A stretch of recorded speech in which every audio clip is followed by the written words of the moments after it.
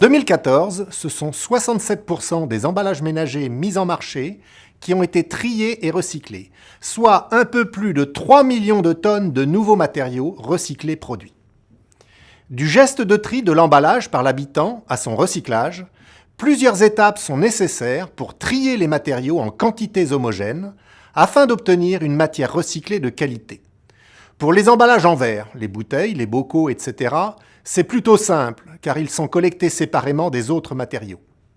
Après une première étape de traitement pour éliminer les indésirables triés par erreur par le citoyen, le verre est broyé, à nouveau purifié en éliminant les impuretés, puis introduit dans le four de l'usine verrière et refondu. Tous les autres emballages, en carton, en acier, en aluminium, en plastique, sont collectés en mélange et parfois avec les journaux et magazines. Avant d'être recyclés, ils doivent être séparés selon la matière qui les constitue. Après le tri fait par le consommateur, la première étape industrielle de séparation a lieu dans l'un des 230 centres de tri de déchets ménagers en France. En entrée d'un centre de tri arrivent les emballages collectés. Bouteilles et flacons en plastique, canettes et conserves en acier ou en aluminium, emballages en carton, briques pour boissons, des papiers et journaux magazines, et malheureusement également d'autres déchets qui ont été mal triés par les consommateurs.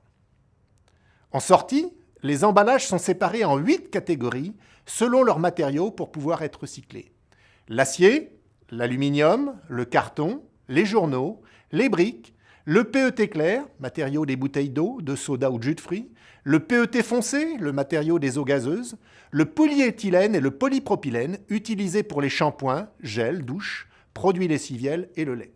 Pour séparer les différents objets entre eux, les centres de tri utilisent 3 grands types de séparation, alternativement ou successivement. Premièrement, un tri selon la taille des objets. Deuxièmement, un tri selon la forme des objets. Et troisièmement, un tri selon la matière constituant les objets. Dans un premier temps, une séparation par la taille va permettre d'extraire les plus gros objets d'une part, les gros encombrants, les gros cartons et les grands films, les petits éléments indésirables, petits papiers, fragments d'emballage, verres brisés, poussière, etc., d'autre part, et d'obtenir un flux intermédiaire plus facile à traiter ensuite. Ces extractions se font dans un gros cylindre rotatif appelé trommelle, percé de trous de différents diamètres et ouvert en son extrémité.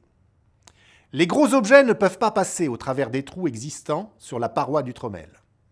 Ils le traversent donc sur toute sa longueur et, après un contrôle manuel, les grands cartons et films qui s'y trouvent sont compactés pour être ensuite directement envoyés vers une usine de recyclage. Les petits objets indésirables passent au travers des trous de petit diamètre et sont ensuite dirigés vers ce que l'on appelle le refus. Le flux d'emballage de taille intermédiaire, riche en produits à recycler, contient des objets de différentes matières, notamment des cartons, des métaux, des papiers et des plastiques, et doit faire l'objet de séparations plus poussées.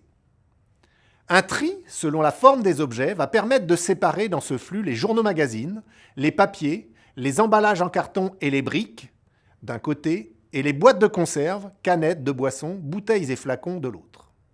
Cette séparation, dénommée séparation plat-creux, est faite avec des machines type table ou crible vibrant et incliné, utilisant les différences de comportement entre des éléments plats et des éléments creux.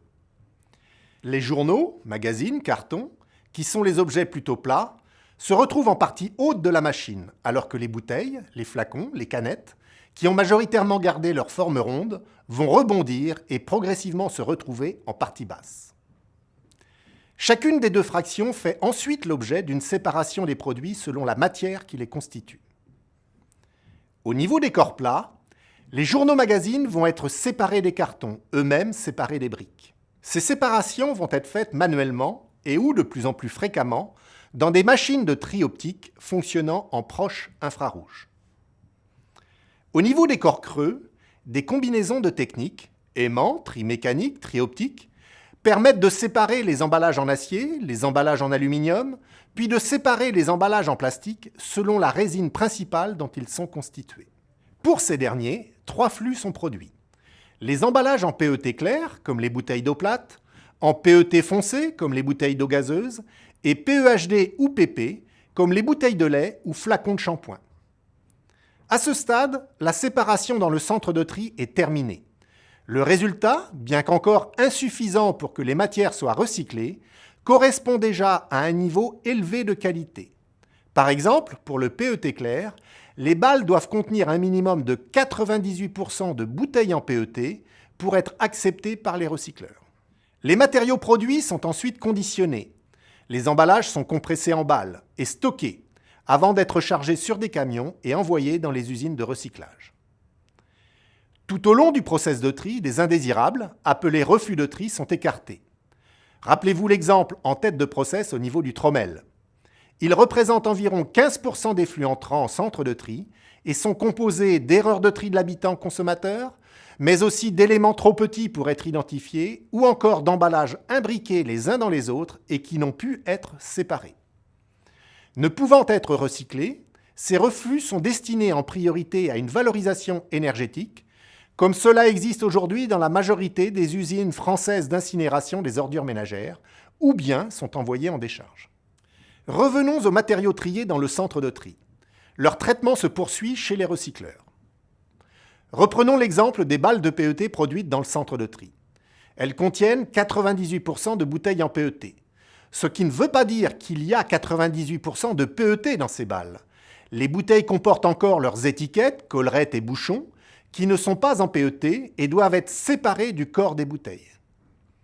Le travail du recycleur consiste donc à passer de ces 98% d'objets en PET, c'est ce que nous appelons la pureté objet, à plus de 99% de PET, la pureté matière, c'est-à-dire une matière très proche du PET vierge issu du pétrole. Pour cela, il va lui aussi trier et purifier le flux qu'il reçoit. Dans un premier temps, un pré-tri. Après un décompactage des balles, les objets indésirables correspondant aux 2% d'objets non en PET sont éliminés. Les techniques utilisées sont analogues à celles déjà vues dans les centres de tri. Dans un deuxième temps, lavage. Les bouteilles sont lavées pour éliminer les colles solubles et les étiquettes en papier qui partent avec les eaux de lavage. Ces eaux sont traitées sur le site, chaque usine ayant sa propre station d'épuration. Troisième temps, séparation par densité. Les bouteilles sont broyées et transformées en paillettes. Les paillettes sont introduites dans une solution où celles en PET sont séparées des paillettes en PEHD, bouchons et collerettes, en utilisant les différences de densité des deux résines plastiques. Le PET coule et les bouchons flottent. Quatrième temps, régénération. Nous sommes arrivés au niveau de qualité requis pour le recyclage. La pureté matière est atteinte. Reste à donner la bonne forme à la matière pour son utilisation ultérieure. Les paillettes de PET sont lavées, séchées, extrudées et transformées en granules, directement utilisables pour fabriquer de nouveaux produits. Toujours dans le cas du PET, le traitement de ces granules peut être complété par des opérations de décontamination. Cela permettra de réutiliser cette matière dans de nouvelles bouteilles de PET en contact alimentaire. Ils sont injectés en mélange avec de la matière vierge dans des moules pour créer des préformes, embryons de futures bouteilles qui ressemblent à des éprouvettes. Ces préformes sont ensuite envoyées chez un embouteilleur où elles vont être stérilisées puis soufflées avant d'être remplies et bouchées. La boucle est bouclée. Les paillettes de PET peuvent aussi être utilisées pour la production de fibres de polyester, matériaux du rembourrage de couettes ou des pulls polaires. On parle alors de boucle ouverte, car la matière de l'emballage est utilisée dans d'autres applications. Ainsi, la chaîne de recyclage du plastique met en jeu plusieurs étapes de tri, des plus grossières en centre de tri aux plus fines chez le recycleur, pour garantir la qualité du matériau recyclé pour les futurs utilisateurs. Pour découvrir le devenir des autres matériaux, je vous invite à visionner la série de vidéos « Suivez-moi » produite par Eco-Emballage. Les technologies utilisées en centre de tri et dans les usines de recyclage évoluent régulièrement, permettant d'atteindre des performances de plus en plus élevées à des coûts de production de mieux en mieux maîtrisés. Ces évolutions sont importantes et ce sont notamment elles qui nous permettent d'engager dès à présent l'élargissement du tri et du recyclage à l'ensemble des emballages ménagers en plastique. Si depuis 1992, les Français trient uniquement les bouteilles et les flacons en plastique, Ce sont dans un premier temps 3,7 millions d'habitants résidant dans plus de 50 collectivités qui ont expérimenté le tri et le recyclage de tous les emballages plastiques, y compris les barquettes, les pots de yaourt, les films, etc. Et toute la France sera concernée d'ici fin 2022. Ces innovations nous permettent également de faire évoluer en parallèle la collecte sélective des emballages ménagers pour un meilleur service à l'habitant, avec notamment le développement de dispositifs de collecte sélective en apport volontaire, partagés, présents en permanence sur l'espace public, à proximité des consommateurs et adaptés aux contraintes urbanistiques. Également, collecte séparée des fibreux, nos fameux corps plats. En résumé, le geste de tri enclenche tout un process qui permettra aux emballages de devenir une nouvelle ressource.